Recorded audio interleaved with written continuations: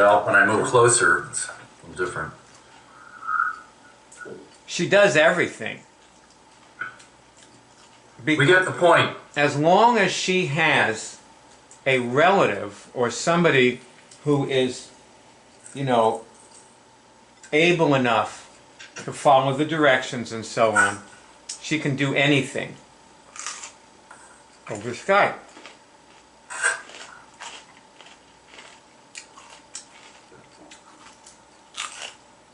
Well, but I don't think she can show a family member how to put a needle in a vein. That's dangerous.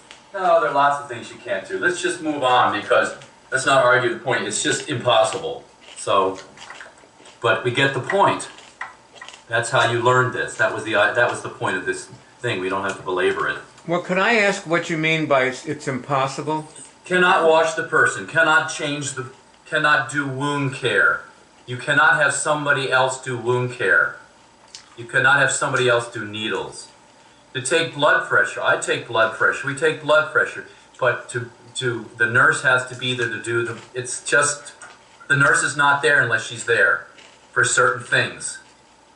It's just not so.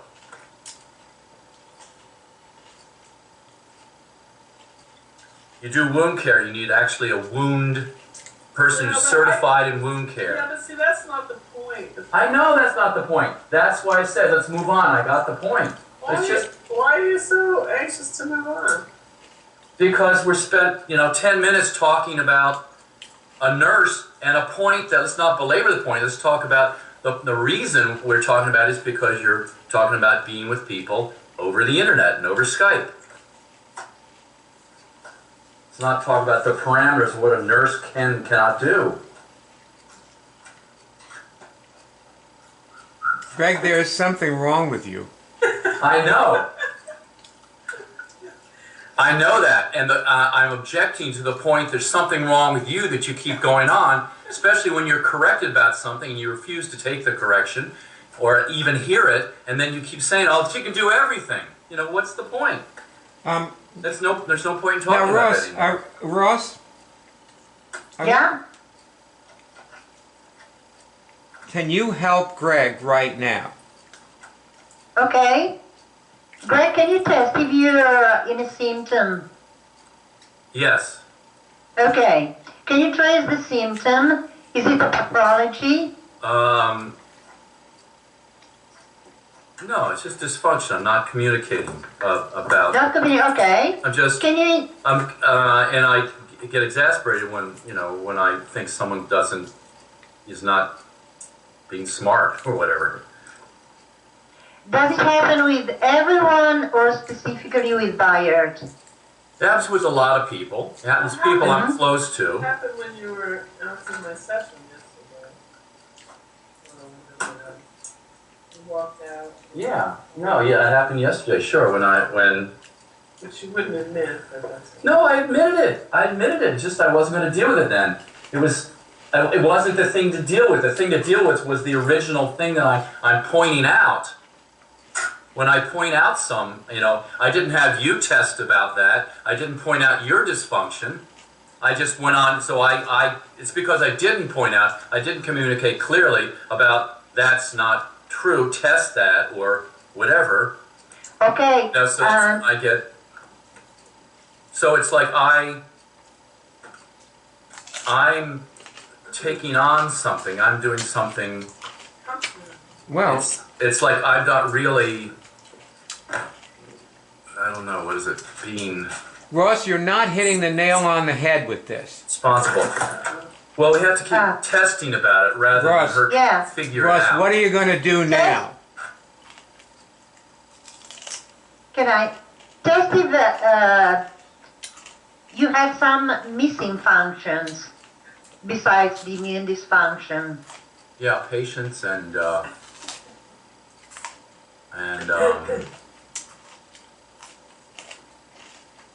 How about bonding?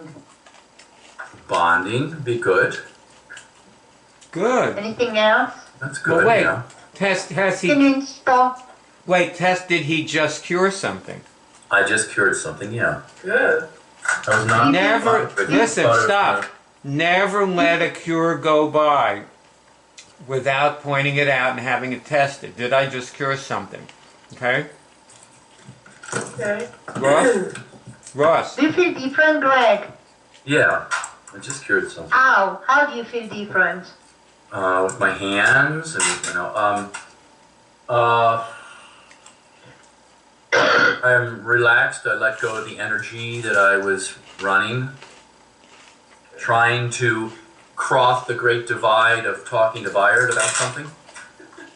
Okay, now tell me something. If Bayer kept talking about the nurse on Skype, would you be reactive again or not? Test. Don't tell me what you think, but No, test. not, because I made my point. I think my points Okay. aren't clear, so that's all I wanted to say. And I said it earlier, it's just that, we went on talking in the same vein. That's what was... I think you're still. You think so, test. I'm not. Are you? No. What are the immune Test. dysfunctions that Greg was evidencing? No communication. Test. Uh, I was communicating. Okay, just test each thing. No, so he gets that he was communicating. Okay, try again. What immune Now, dysfunction? obviously, I'm an immune dysfunction that you may not get the communication because you're reacting my reaction. You have to, like when you talk to bars, Stop, please. sometimes Ross, you get a reaction. Ross, Oh, yeah. Ross.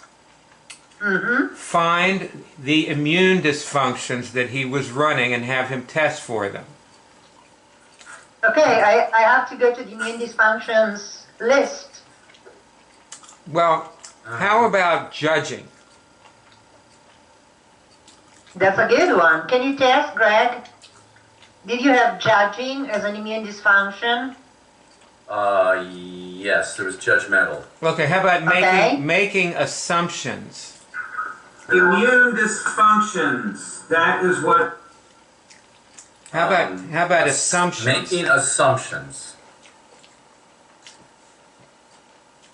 Yeah, I made assumptions that. Yeah, I made assumptions. Yeah. I'm not Okay. wrong. So Ross, you got two right there. Yeah, okay. You don't need to How look at about the list. anger? Anger Yeah. to test. Wasn't really anger. It was irritation, Yeah, okay. Is irritation an immune Irritation? dysfunction? frustration. Is frustration an immune dysfunction? Yes. Yes. Okay, good. All right, so we got 3 or 4 now. Now stop a minute and let's just be with this for a second, okay? All right, so everybody slow down. Greg, did I cure those? Yeah. So you've stopped running those. Yeah.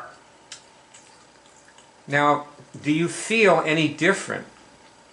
Yeah. What's I feel the difference? whole. I feel relaxed.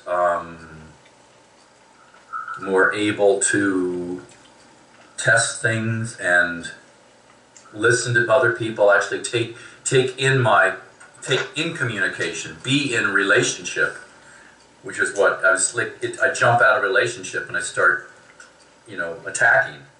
That's a good way to put it. Yes, thank you. Yeah. Because I feel under attack, so I'm attacking back. You feel like you're under attack. So, Test if you are under attack. well, Was I under attack? actually, the thing to test is, did I assume myself to be under attack? Yeah, I was not under attack. That was see that now you Assumption actually of- found the actual assumption. Yeah, I react as if I'm under attack, so it's exhibiting that. See, when I'm doing that, I'm very clear that that I'm okay. It's just I'm doing the reaction, and I say, oh, there I am reacting like I'm under, like I'm. But the funny But- thing is, you attacked everybody else first. Why you I attack. Okay, everybody else. stop. Franny, you're doing psychoanalysis and you need to really put that to rest, okay? Thank you, but we'll call you.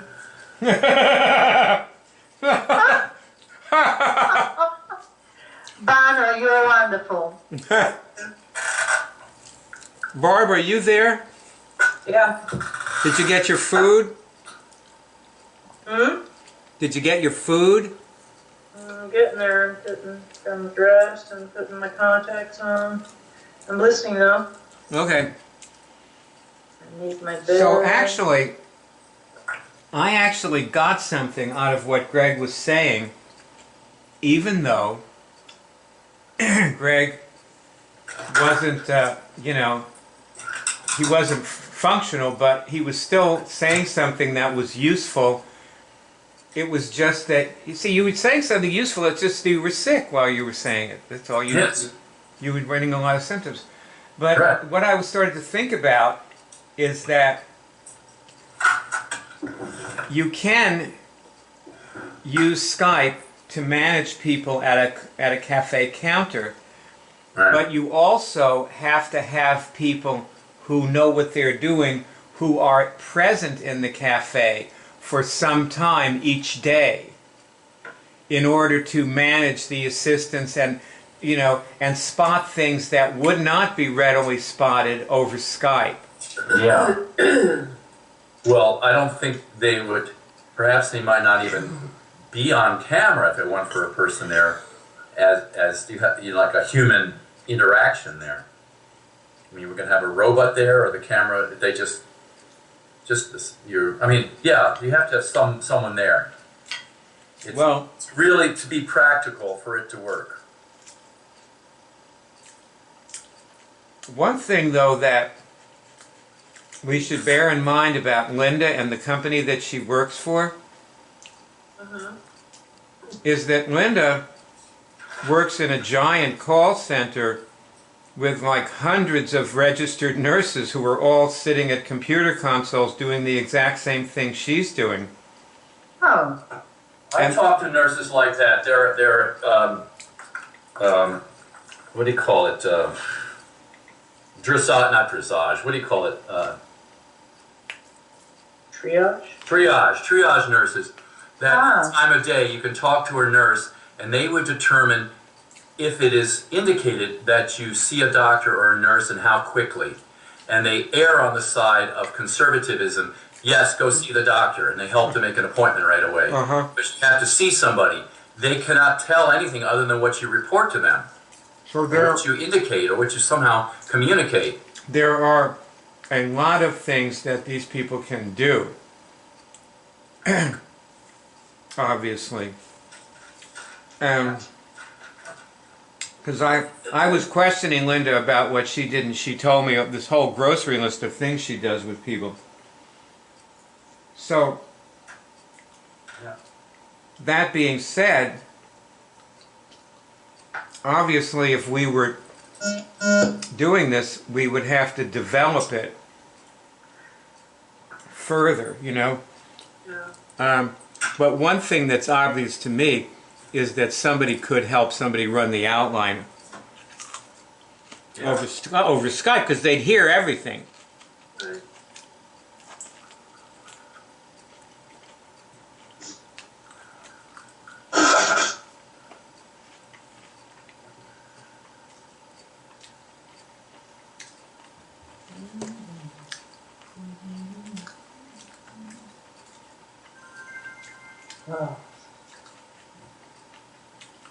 I want you to look at my, Facebook page.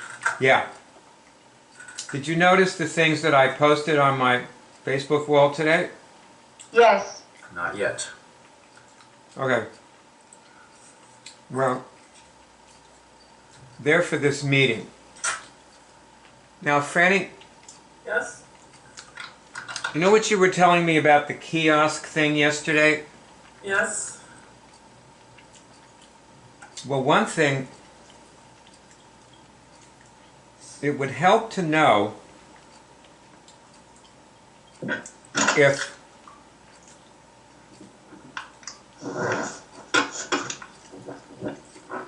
you know, if there's anything like that available and how much they charge for them, Right. what the range is. So perhaps you could call, you know, they may not be there today, but you could probably try them on Monday and see what you can get, what information you can get, okay?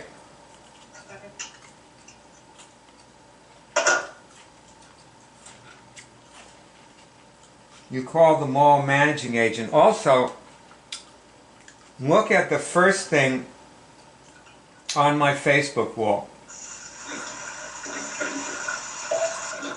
And it says here, Cure Cafe visuals. Yep. Now if you click on that, these are our signs. And if somebody asks, well, exactly what is a Cure Cafe, you can show this to them. See our main sign, right at the top, it says under headers, come in for coffee, walk out cured, or the most valuable thing we serve is free. Those are those are our main signs. Those are the things that, like, that's the thing that goes under our name over the picture window in front of the cafe, or hanging from the ceiling over the kiosk in the mall or wherever. So, because one thing, you have to make sure they're fine with that particular kind of business, okay?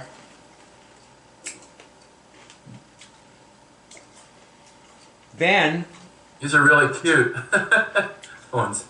yeah. A lot of them are very cute. Now, underneath that, there's a promotion things, and here I want to show you in this go into the promotion area. And the first thing it says, list Cure Cafe in Google Maps. Many of the other promotional approaches depend on this listing.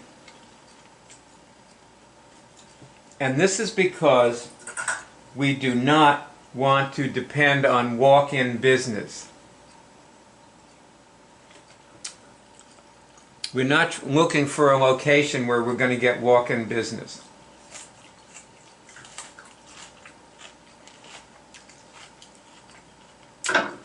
For example, Greg, in Sarasota, you know where Richard's is, the health food store? Yeah. Okay, that little shopping mall could be a nice place for a Cure Cafe. Now there's no walk-in business there at all, just drive-by business. Mm-hmm. So the idea is that your business comes in from some other thing than neighborhood people dropping in for a coffee. That's not the business you're looking for. Mm-hmm. We're very much dependent on various forms of advertising, be that word of mouth or, okay, advertise in local papers, walk around town with sandwich boards, and when you hand out bumper stickers on the highway, you hand out a card for Cure Cafe with the bumper sticker.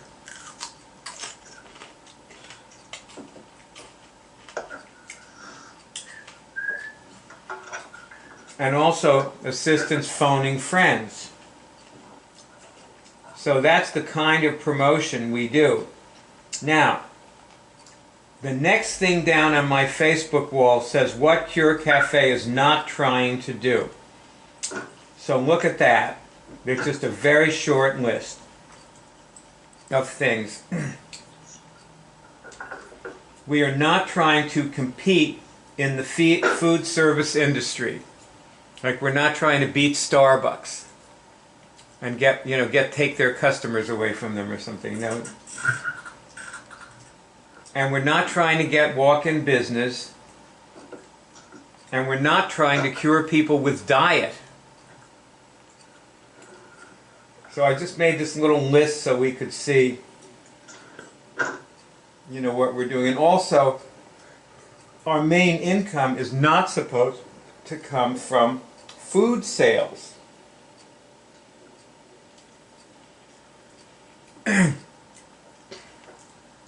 I would think, you know, you remember the the list of income streams? No. Greg, do you? You mean an Anna's outline? No. No, income streams. Yes. Income streams. Where the income comes from in the cafe. In your notes and things, yeah. I mean, I know that we've got courses like evening courses, and we've got people signing up, or particularly courses, and I mean that's all I remember. I don't know if there was a list. There is, but that's okay. Okay. You've got enough on it, so you get the idea. Yeah, it's a list. There it is, right there. Yeah, we're not. 3 hours Sunday morning food services. Ask for donations. Fundraiser fee for gift donations. Value of donate assisting word of mouth advertising. Well, that's income. So we have franchise fees, sale of food and beverages, Okay. supplements. All right. Yes, because you can sell supplements out of a Cure Cafe because people can test for them. Just exactly what chiropractors do. Now, next thing on the Facebook wall is the customer profile. These are what I see as people being our customers. And one of the categories is people who you see eating luncheon at Whole Foods. Those are the kind of people who I would expect to, you know, be curious about and come to a Cure Cafe. The people who you see eating lunch at Whole Foods.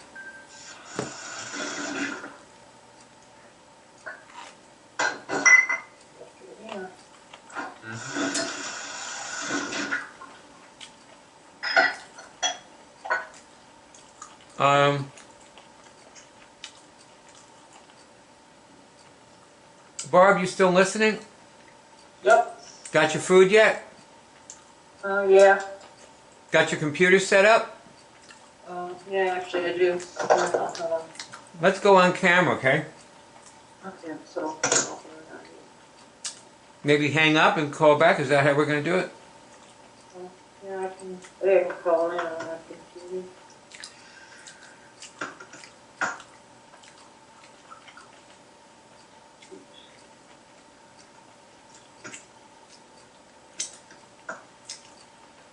Now, I meant to talk in this meeting about statistical realities. And my lead into this is with Ross. Okay. The other day,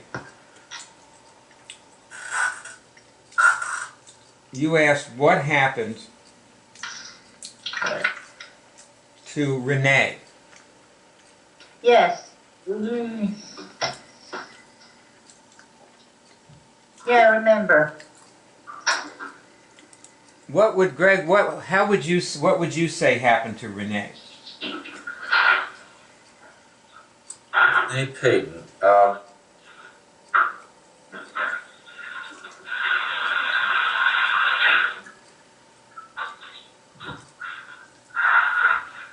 happened to her? She never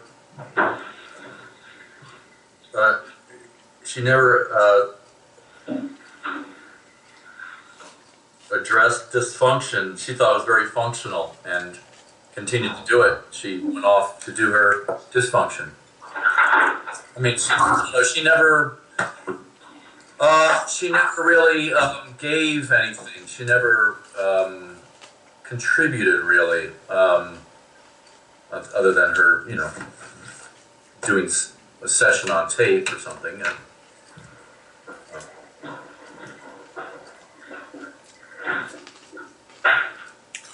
what happened to her? She went off to live her life the way she wanted to do it. She didn't really bond. She wasn't committed to the same things we're committed to.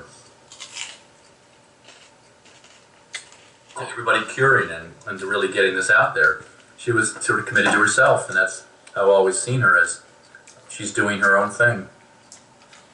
Ross, what would you say happened to her? I think, Oh, Barb's going to tell us. Go ahead, Barb. oh, I thought you said, go ahead, let whoever you said, I thought you said me, but. Go ahead, oh, Barb. Go. No, you Oh, I don't go. really know, let Ross go first. Was it Ross that you said? No, still on. What were you going to say? Oh, I was just gonna say, I don't know if she wrote me recently, Renee did. I think she maybe, went as far as she thought she could go, and maybe she thought she couldn't cure any more than what she had or, had done, and or thought she had given enough, or, she tells me she got busy, so I don't know what that means, busy, but she never really talked about how her state. She got busy. Good, She was okay. busy. So Maybe she that started, like I said, people sort of get what they want and then they go off and try to use it for a while. that's possible. See, that's right. You said some good things about her. Those things popped out at you as things that she mentioned to you. And Ross, do you have anything to add? I think that either she cured what she wanted to cure and then she stopped showing up, or conversely, she didn't cure what she wanted to cure and so she disappeared. Yeah, maybe people were calling her too much. Considering her cure. Who was calling her? Well, anyway, I don't know. Anyway. I remember it was when I was in the beginning in the cure team. She was very nice, very excited about the whole thing. And I remember she told us that she was very busy with her job and couldn't come every Friday to the cure meeting, which is something I can understand. I always consider her excitement to be disgenuine. I mean, Yeah? it was an act. She might have been excited the fact that she was curing, but she never really came out of herself and bonded with us. She would just acted towards us.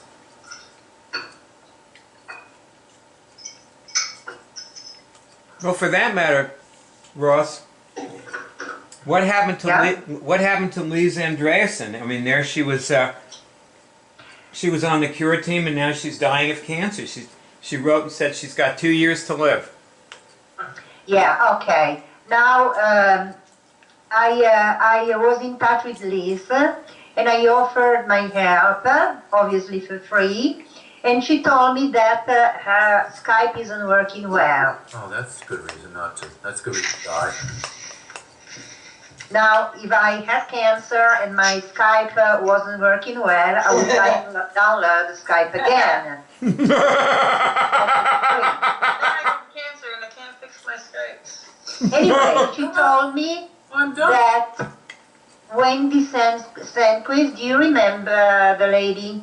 Yeah, Wendy Sandquist, sure. Okay. Gave her a website address. She gave it to me. It was about nutrition, and she told me she is not undergoing surgery because surgery is very dangerous. And without surgery, I think, if I remember well, they gave her 2 years to live, but she's not giving up and she's doing things. I asked if she was doing Immunix, and she said yes. And she told me, if you have any idea about what to do, just tell me. But I don't think that you can do Immunix communicating just writing, you know. You have to be in touch with Skype and work together. Okay. And this is all I know.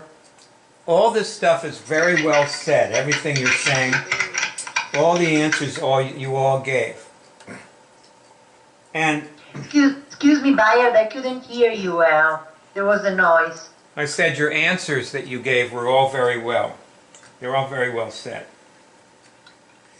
And there's something I want you to notice about them. Now look, this is, what I'm saying here, by the way, is mainly for the benefit of Franny and Greg. Okay? This is why I'm talking about this particular thing that I'm going to talk about now. When people don't make it, we always come up with explanations. And a lot of the explanations really hit home, like they really hit the mark. And yet, there is something much simpler that's also probably much truer, which is that the reason that a person fails is because they fall into a statistical category.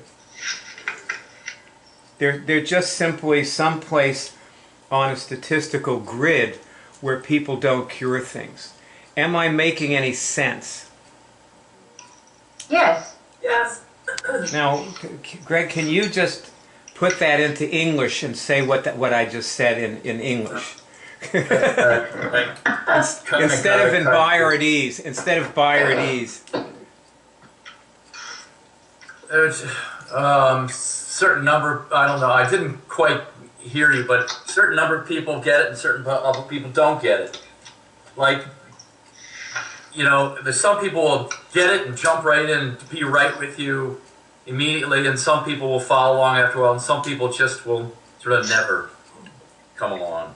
Well, let me give you a single example.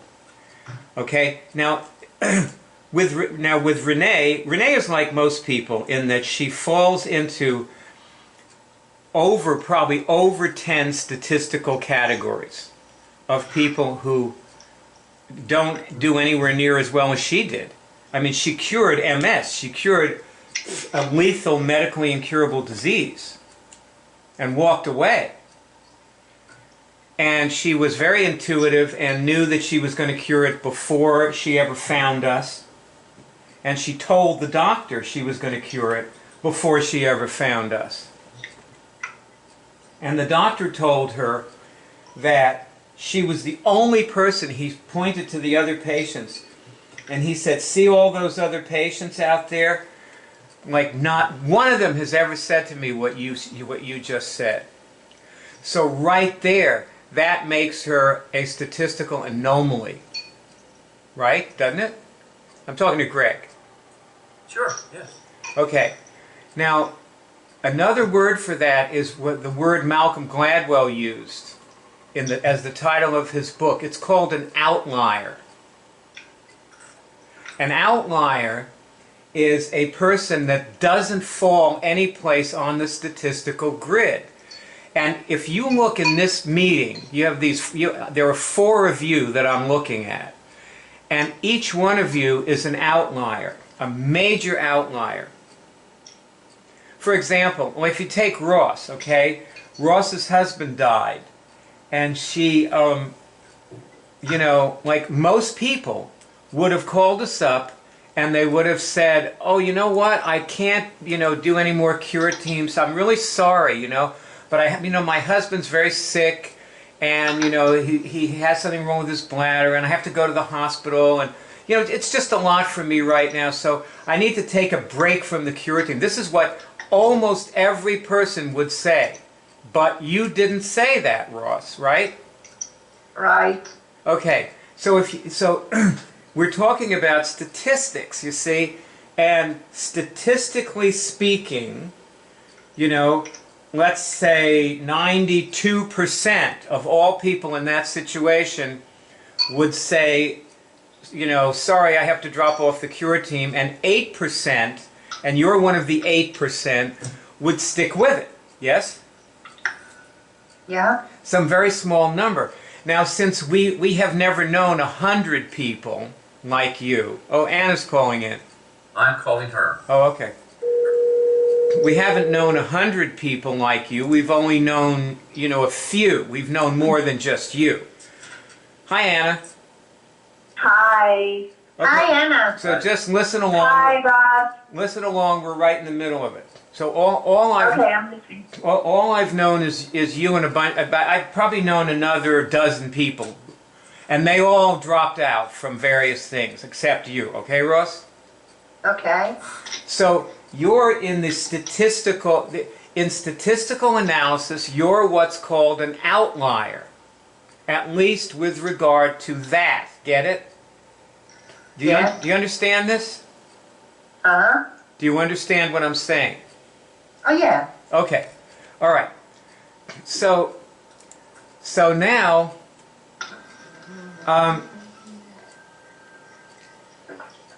let's take Lise, okay? And Lise has a problem with her Skype. Why don't we just take what she said as the literal truth? Here's this person who's got cancer, and she's doing whatever she thinks Immunix is, so she says, I'm doing Immunix. Whatever she thinks that is, she's doing it. We have no idea what it is she's doing. We should all Absolutely not. We should all understand that, okay? But, it probably has... Does she have an active password? I don't know. Greg? Greg may know. And who? Greg, are you Yeah, spacing he's out on this? Andreas. For many years. What? Okay. No. No. Active for many, many, many, many years. Okay, so obviously whatever Immunix she's doing has nothing to do with using the web college, right? Right. Okay. So, doesn't this, like, if you, let's say you're the Gallup poll, Greg, right? And let's say you interview 100 people who all say they do Immunix. Like, you find these people that all say they do Immunix, and you interview them with this whole long questionnaire. And you ask them, do you have an active password for the web college? About how many of the 100 would say that they do? Like, take a wild guess, because that's really all we can do. One. What? Less than one. Maybe less than 1 out of 100. Sure. Okay, but why don't we say a dozen? Okay, so it doesn't. Let's just give it. Let's just give it the benefit of the doubt. A dozen. Now, of those dozen, you're still the Gallup poll. You say to them, "Okay, you have an active password. Tell me this: when was the last time you entered your password and actually went into the web college?" How many of the dozen would say, "Oh, it was within the last month"? At most, less than one, but we'll say one. Why don't we say 3? Let's just give say 3. give it the benefit of the doubt. Now, so you're That's a still good idea. okay. You're still the Gallup poll, right? So now you say, okay, you've entered your password. Now, when you went into the web college, did you actually find a lesson and do it and continue doing it after you stopped looking at the computer? Such as, like, you learned how to cure your traumas, but then you went out and, while you were wandering around, you cured a whole bunch of traumas. How many of the 3 would say, I did that? Less than one. Way less than. How about, point 0.01 or something? So, Of course, that's why. Yeah. so you get, these are statistical realities that we deal with and must overcome. And you, as the executive director, and Franny as the nucleus, and Ross as somebody who helps people cure things, and a practitioner who does sessions with you, and Barb and Anna too, if you choose to, you have to deal with these statistical realities. So how do you deal with them? Because, like, you go back to, I didn't finish with Lise, okay? So Lise has no password and she has no Skype. Doesn't she fall into a statistical category of somebody who knows Immunix works and has gotten results with it and gets signals and has cured things and all of that good stuff and is now battling cancer, and she's going to die? No matter, she's going to fight and this and that, she's going to die. She opted for not to have the surgery. That was brave. but she is not going after and getting the help that she needs. Nor does she understand that we're capable of giving her that help. And all of that puts her in a statistical category. And this is just a simple explanation about what happens to people. So Barb, you know, like, let's go back to you. Remember what you were saying about maybe we called her too much? Who? You know, Renee, like you were saying, well, maybe maybe she got too many calls or something? Yeah, maybe other people were Calling her. calling her and wanting to discuss Okay. her cure with her. That doesn't even matter, because when Renee is in a statistical category, okay, and her category is, number one, she doesn't have money. I didn't know that. Okay, now that is a that's a cross section of humanity. Okay, there are people who have money handled. You know how Michael, you know, always seemed to you like he had money handled? Well, he doesn't. I know, he doesn't. And so now Michael is in the category of people who don't have money handled. So is Renee. And so Renee started to get better, and then she said, oh, I'm going to do a seminar about making money because that's what I need to do next. Nothing happened to her. It was her statistical category expressing itself. You understand? Yep. It was just what she was going to do, her normal tendency. There was no intervening variable. You know what an intervening variable is? Not really. What? I don't think I Not do. really. What, Ross? What'd you say? No. They said not really. They don't know. Do you know what one is, Greg? It's some other extraneous thing that's just so powerful that it will take over. Like, I don't know, for example, in this case, but Oh, you know, I some have, extenuating circumstance. You know, I I have don't a, know what specifically would be, but I understand the concept. I have a thought. Suppose, for example, that I called Renee and told her I was in love with her and I want her to come to Florida and live with me.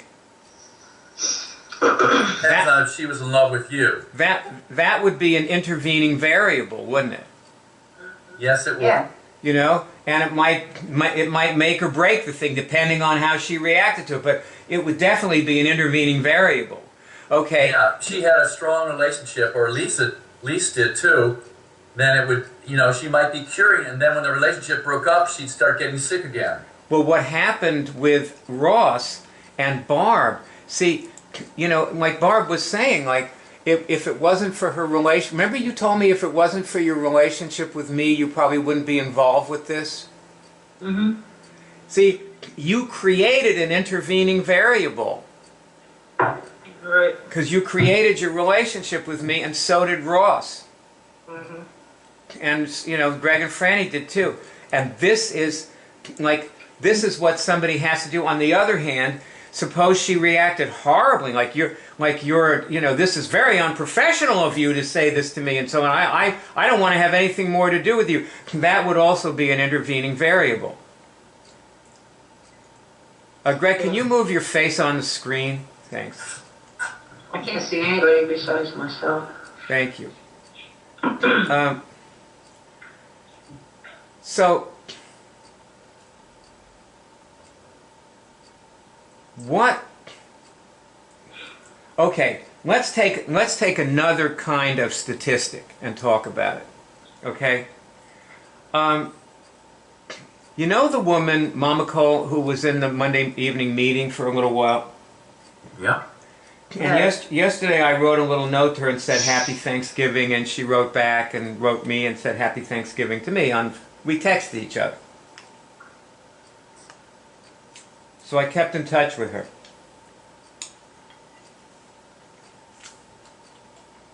Now let's say that she falls into a statistical category where if she has enough contacts with people who are curing things, she will cure things. And like be a part of this and continue doing it like for the rest of her life. And she will take to those people and like them and want to be with them, want to be around them, want to know them, and want them to be the friends. She'll select them as her friends in life. How many contacts where she actually cures something significant, not just saying Happy Thanksgiving, that doesn't count, let's say. How many contacts does she have to have where she actually cures something before she gets to that point? Greg, give me an estimate. 100. Good, that's a good estimate. Okay. Barb, do you feel like that's a good estimate? You want to stick with 100? Yes. I mean, she could cure little things, and could be 20, but I think to really be curing something difficult, you have to keep at it. Maybe small things which you really cure, so maybe big sessions. Anna, what do you say? You like 100? Just giving a conservative estimate. Anna, you... Sorry, I was on mute. Yeah. 100 seems good, right? 100 seems good. Okay. Now, I'm sure we all know that unless, I mean, even if Mama Cole shows up at every Monday evening meeting and can stay on the meeting and doesn't, have to hang up because her kids are screaming or something, it's very unlikely that she's going to have significant interactions where she cures something. And also, if you look at Michael, Barb, Michael's relationship with you is an intervening variable, right? Yeah. And Michael tends to go off the deep end. Like when you didn't come to his event, even though he didn't really, he never called you and said, look, I'm counting on you. I need you to be one of my key people there, and I want you to teach everybody stuff, and will you please come? Will you promise me? He never did that, did he? And yet... No, not at all. Like, he didn't say, hey, listen, I know you gotta work. I'll call you in the middle of the day, or I'll send someone there to get you. And He doesn't really know how to do that. yeah, he didn't set it up, and he didn't set me up. So I got you down from 4 to 5, or... That's right. So unfortunately, you see, you became an intervening variable that hit whatever tenuous, shaking little hold on curing things he had. Yeah. Unfortunately. Now, Anna, did you ever get a camera? I did. And can we go on camera? Oh, no, I'm sorry. I was thinking of a different camera. No, I looked and I couldn't find one because there was nothing open yesterday. So Okay. no, I don't. But I'll take care of that by next week. Okay, but I guess then you'd have to be at your mother's next week, wouldn't you? No, because I have another computer at my house that'll work. I Oh! just have to. It just doesn't have a camera either, so I can do it. I work on 2 computers. And it looks like that's what you're going to be doing. Now, Yep. are you someplace where you could actually do something with me, or are you driving? No, I'm not driving, but I'm kind of in the middle of a whole bunch of stuff. So I'm not sure if I can do that with you right now. Oh, I see. I'm more of a listening observer today. Okay. What's the other stuff you're doing? I have a commitment to deliver cookies. I'm donating 120 cookies to an opening night at the Albuquerque Little Theater, and so I've got my hands in cookie dough again, the oven and all kinds of stuff, so I have to get them all ready to go. Well, I'm very glad to hear you're doing that, and you're very welcome to listen and not do this. And you can just go back on mute, it's fine. Now something I want you, something I want you all to notice, which is that Anna is in a statistical category.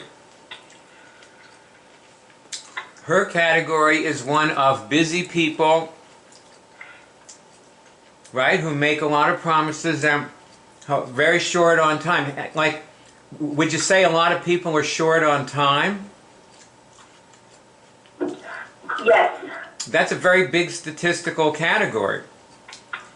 And it really interferes with them having 100 of these interactions. See, because what I was just going to do with Anna right just now was take out a past life trauma.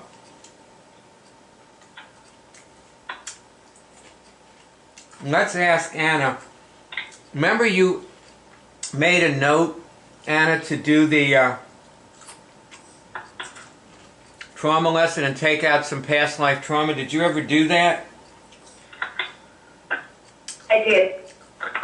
And how many past life trauma did you take out?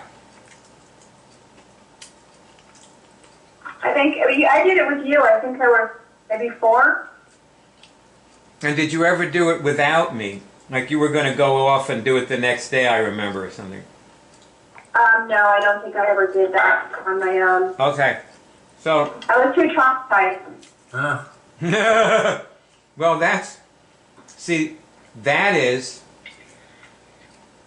another... right there, she's in another statistical category. And the question is, will Anna ever escape? Barb, what do you think? You think she'll escape her statistical reality? Never escape. Oh, there's a chance if she stays bonded with you or has something like urgent enough that she wants to cure, a result she wants to get. You have to really look at, you're changing a quantum level. You're changing like a sphere that's around you. It's a reality. Mm-hmm. You have to just drop the old one and continue working on the new one. Mm-hmm. Like we say in the prayers. And there are key times in life when people do that. And this everyone has to do it with cure, but they do it when they get married, perhaps, or when they go to the big team, like they actually get on the Green Bay Packers and are not just Oh, my God. a college star anymore, you know? Holy shit.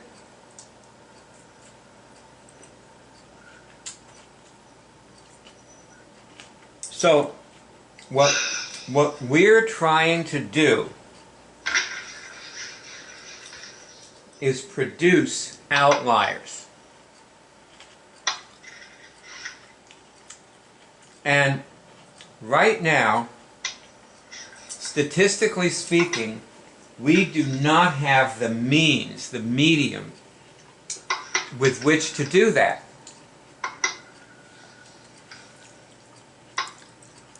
You remember, Greg, like you were saying, like one of the big questions about a Cure Cafe is just whether it will work, right? Sure. Like, see, the real question is, given that you can alter the statistics, like it would be impossible for us to create 100 of the kind of interactions Mama Cole needs so that she can do, you know, what she does. But she can get where she needs to go. But suppose it wasn't impossible. Yeah, well, I could see that's why you have a cafe, because you have people coming in, and it's like the courses where people come in. You know, all these different people talking to you and practicing for themselves and for other, you know, everybody was doing it with everybody else. Yes. It was very intense. environment that people liked coming to. So it just accelerates everything. And that would be the reason to do it, because you have to have these outliers around. They develop over time. You need assistants who then become, they have their assistants like we used to do. Yes. And what we found was that there are more potential outliers out there than it looks like they are.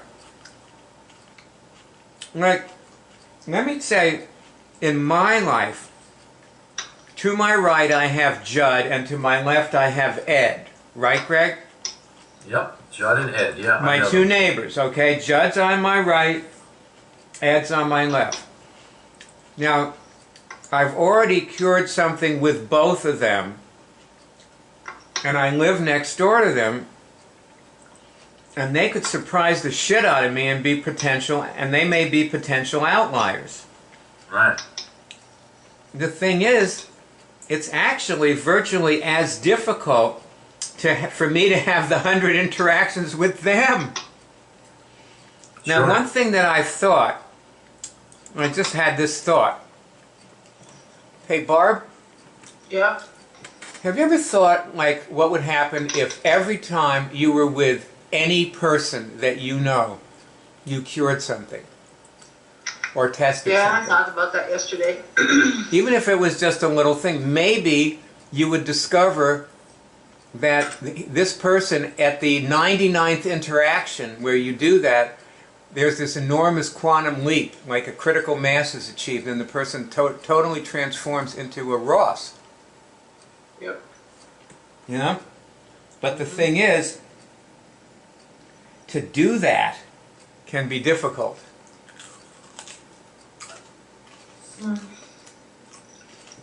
It's actually not difficult if you don't have, if I had no ego and if that's all I did all day was cure things instead of hanging out with people or, I just cured things with every interaction I had, then I would be known as, a cure machine. That's what people did around me. Yeah, It you happens, would, but I just don't do it in a formal way. you would So they don't stand. know. You would They don't stand. know what happened.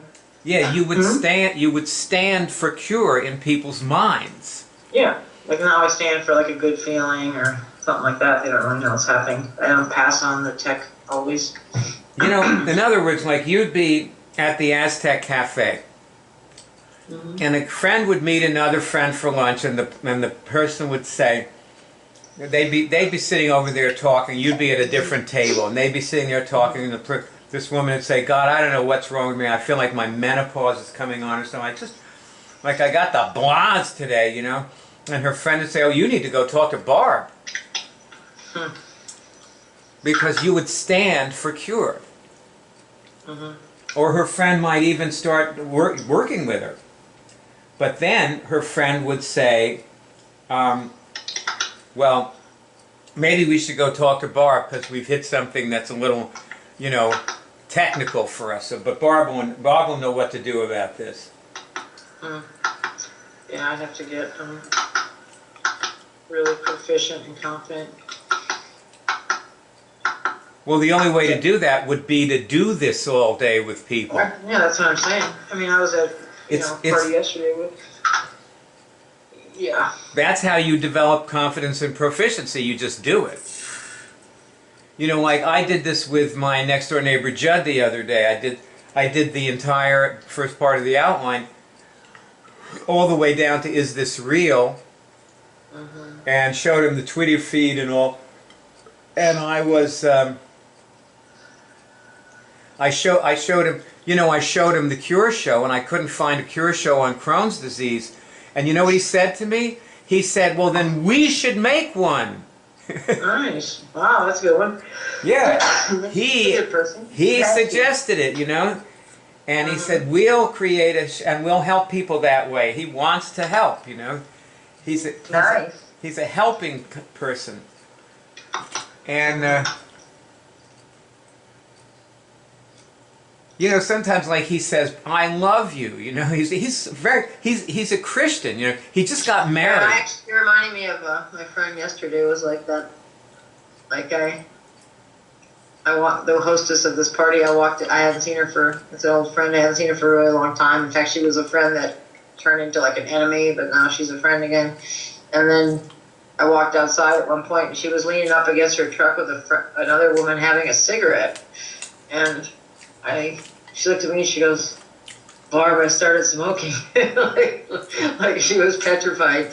Like it's the last thing. She's the one that had COPD.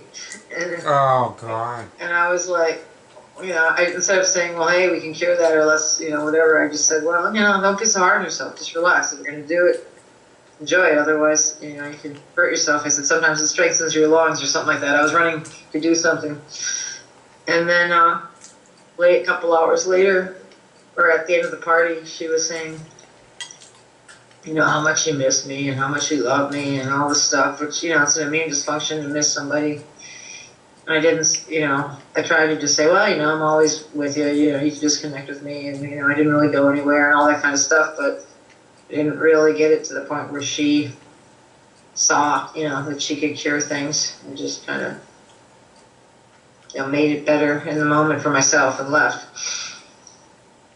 So, but she was actually one of my biggest allies back in the day. Mm-hmm. Well, see, I'm noticing you're an enabler. Mm-hmm. That is a problem. Mm-hmm. Like you, instead of helping somebody cure something, and or just tell, you know, you figure out a way to duck the issue. Yeah, I guess so. And but just, you know, testing and getting down into things would change that. You would develop proficiency. Well, first you just well, that's what I realized in a different context. Like I said, I need to make it, instead of doing like I've done over the years, just like running around in the streets and just, you know, having interesting interactions with people and discovering things. If I was going to make this sustainable for myself personally and make money and actually get lasting results with people, especially my friends, not just the ones that come on the internet, I'd have to make it more formal. Like, you know, I'd have to, you know, run the outline and do things, or make my life about that rather than trying to go be to a social event, really. Or, you know, just be more. I'll tell you what, you'd be surprised how casual you could be while still being complete and thorough. Because I was very casual with Judd yesterday, oh God, I can't remember, it was last Saturday, I guess it was. But I was very casual with him. But I was still very thorough, and I used the outline like religious, and I went through each thing. I actually got it up on the screen and looked at it while I was doing it with him, and he appreciates that. You know, people appreciate like thoroughness and so on. So, and you could just still be a social event and go to parties and enjoy yourself and give love, but you wouldn't tell people that smoking strengthens their lungs. You would ask them to test whether it strengthens or weakens them. Yeah, that's what I mean. Like if I just made my life about reminding, like just demonstrating this thing called testing, because right now what I remind people is there's Barb, she's good, you know, good, you know, feel good around Barb, you know, like they just want a little help and want a little tap in the right direction, and I do that rather than slowing down and having them test and do it themselves. I do the exact thing that I, you know, told people I didn't want them to do, which is why I started doing Munich. I wanted them to learn for themselves, but then it's like lazy to just do it, like to cure it quickly myself. But it doesn't cure it. You actually may mislead the person. You may be actually harming people when you do that. Probably, but you know, that's what like you're giving them a big, you know, a 32-ounce Coca-Cola. No, you know, you're being. Yeah, I mean, I've lost the incentive to do anything differently. That's what, you know, we have to go back to square one with me, because part of that I think has to do with having your infrastructure set up and being relaxed and being totally not needing anything yourself. That's where you're at, so it's easier to do that. You've done all the other life design things that are important. So you're saying you just don't feel like you have you need. I just think I'm not. I'm just tired. I don't. I have things on my mind. I'm trying to get something. Like I'm trying to get Sharon to lend me her truck. I'm like I have other things going on that shouldn't be. I should just be sitting somewhere talking to her on Skype or something, or just sitting there with my undivided attention working on that. That's the way it feels. Well, as we're understanding this, I think we're seeing that talking to people on Skype is, has its limitations. And yeah, it does, because the other thing is, like yesterday, at one point, I went for a walk to this park with these kids, my friends' kids, and then right in the middle of walking, I was like, wow, this feels really good. I haven't done this for a while. And the boy started sharing something that was going on. It was amazing. It was perfect. It was a perfect example of if I hadn't been there at the right time, the right place, and he really cleared something. He really got it. He connected and he tested and he changed. And I was thinking that's fun. That's what I live. Those kind of moments are really cool. And what you're saying about needing money and needing to set your life up and so on. This is why you've got to make it a priority to get on disability. And get together with Henry and I can take a year. I will. You really going to have to. Because you really have to take care of yourself, and at the same time, it probably takes just the same amount of time to do it right. Mm-hmm. Because I could have stood out there and schmoozed with Judd. I didn't have to use the outline at all or anything. I could have just, talked about our plants in our yards or something. Yeah. And is most of your time free, Barb? Yes, so I would say, there's 100 things I could be doing right now, but I'm free, I guess you'd say. Well, some people... you should probably do the ones that have the most likelihood of bringing money in. If there's 100 things, just select those. It's just a statistical thing again. Yeah. It's not going to, it's just, that's not the reality though. That's not the reality. But you're right, it probably should, but that's not really how it happens in the day. Not like what my life seems to be about right now. Now I'm going to go to Wisconsin and there's just, I don't know what to say. If I was doing things that would be making money, people would say, don't be in a meeting. That's what people tell me. How do you have so much time to sit in those meetings? So Jennifer used to say, I don't have 3 hours to sit in a meeting or to watch a video. But then again, she and other people were just, they're in the program. They download their talks and stuff, and they go for a run and, take care of themselves. But I keep thinking that's not going to really happen for me for a while more. But your point is well taken. I saw that myself. Sharon had money, for example. I could have worked with her and asked for something at the end of it or whatever, but I didn't. I just didn't think about it until after I left.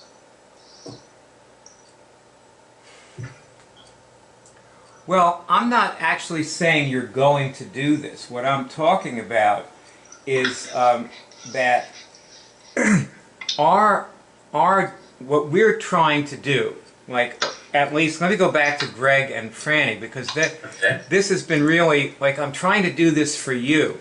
Now, what we're trying to do is alter a statistical balance. I know. We're not trying to do better with what we've done, with what we've been doing. We maybe made too many calls to this person, so let's adjust the amount of calls we make to people. That's not what we're trying to do. What we're trying to do is create something that will pretty much automatically identify outliers Yeah. and provide them with the 100 interactions that they need where they cure something without it being too much trouble for anybody. That's what the whole Cure Cafe idea is. And you know, it's the funny thing, you know, remember how this all started when I was, you know, asking, you know, if this would ever pay for itself, and you said it has to. Remember that, Greg? Yeah, sure. You said it has to. It absolutely has to. And the weird thing was that the thing we've got will obviously never pay for itself. Right. I mean, we've been improving it for 15 years. And it just stays where it is. It doesn't improve. It doesn't pay for itself.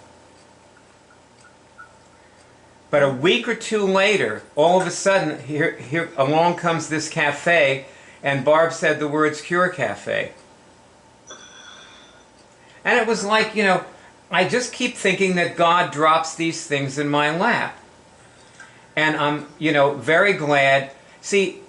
That what they're talking about in that Great by Choice book is your return on luck. That was a good piece of luck, and It was also our intention that we started talking about it. Everybody was moving forward, even though it was we chaotic. manifested it. That's right. We were after something. We manifested it, and by the way, the meeting, the class on Tuesday, is about the difference between actions and activities. And you know, I could actually say something to Barb. This you might get something out of this, Barb. Does it seem to you like you're in like an action mode? Like you relate, like when I talk about these things, you relate to them as actions rather than as activities? No, I know they're activities. Like you can sort of see that they're activities, but like when you were saying, like, you know, Sharon had money and you were talking to her and you could have, you know, helped her test something and asked her to sometimes I just don't, like in the moment, I just feel like I don't need anything. I'm just having fun and everything's good. And I don't have this agenda like I used to have. I used to, you know, always be like looking, where can I get this and where can I get that? Where actually I feel like pretty much like I'm slightly handled right now, or actually feel more handled. Well, see, that's what makes it an action. It makes it an action when you feel like I don't need anything, so I'm not going to do it. So that puts it in the action category.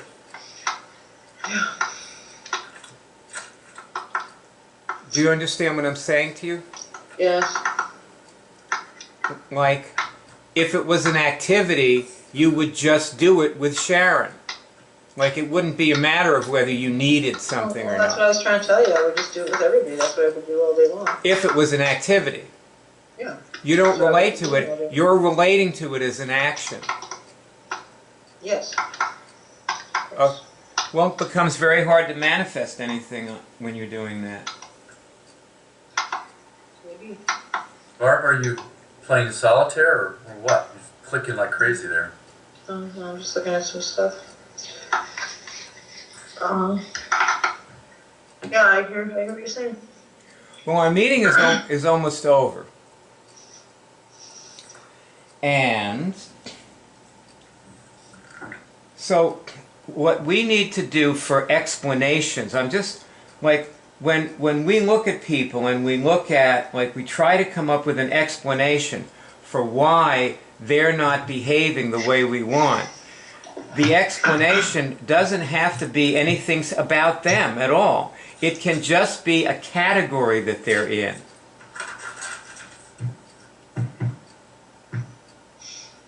And so when you look at it that way, you see that if you can change the statistical reality through which you relate to them, then you can possibly find what you're looking for in people and get what you want. Let's think about Michael for a minute. Barb, have you been reading what Michael writes, like on Facebook and so forth? No, I'm not his friend anymore. He defriended me. Oh, well, he writes things like how angry he is at Santa Fe women because he takes their number, but they don't call him back and stuff like He's been doing that for years. Yeah. And so what he's doing is, See, I should have been the one to defriend him. Like, I think of all the time I've spent with that guy and he's still doing that. It's like a sickness. no. Yeah, it is. Don't You know what I mean? It's a sickness. It's a big fuck you. He thinks I give him a fuck you. Like, that is just like such an insult. It's just like hours of my time, Well, over 10 years. but perhaps if you had spent that time curing things with him, things could be different. No, if he was, whatever. See, that's the whole point of this. That, Well, you know, I'll never talk to Michael again unless it's in the context of a session ever again. I'm not going to ever be his friend again. If he wants to get coaching, he can do that, or he can just come to a meeting or start working on himself. Okay, he knows, he's got everything he needs. He just, it's like, it's amazing how someone can be so healthy. And sometimes people don't, I think, something's going on with my brain. Sometimes people don't remember what they said just like a few minutes before. I've been at parties with Michael where he doesn't remember what he says to me, like, yes, the day before. I noticed that about him He also. repeats things. I noticed that about him, that's right. Have you noticed, He's like in one big trauma. right He's at actually- this moment, you're pretty much doing the same thing that he does. Maybe. Like, you're massively disappointed with him, you're going to I'm cut him not off. messing- Michael's like the least of my worries. I really don't care about Michael. Yes, just I know. care- But I'm saying you're doing, the thing that you're doing right now, doesn't it sound like Michael? Maybe, yeah. Yeah. But for me, it was just like I had my attention in the wrong place. I'm not really blaming anybody else but myself. It wasn't really, I'm not even blaming Michael. It was my blindness and my bad discernment. It's I get to call it tit for tat or just. Plus, I was Well, after something. let's put it another way. Back in my mind, Michael Why don't and we his just family say that and all his Michael- rich friends were going to be backers of this thing. Why don't we I picked the wrong person. Why don't we just say that Michael he's locked into a compulsive action mode. He is, and like that's why he's like, And he he basically eats and can't exercises all day long. manifest what he needs.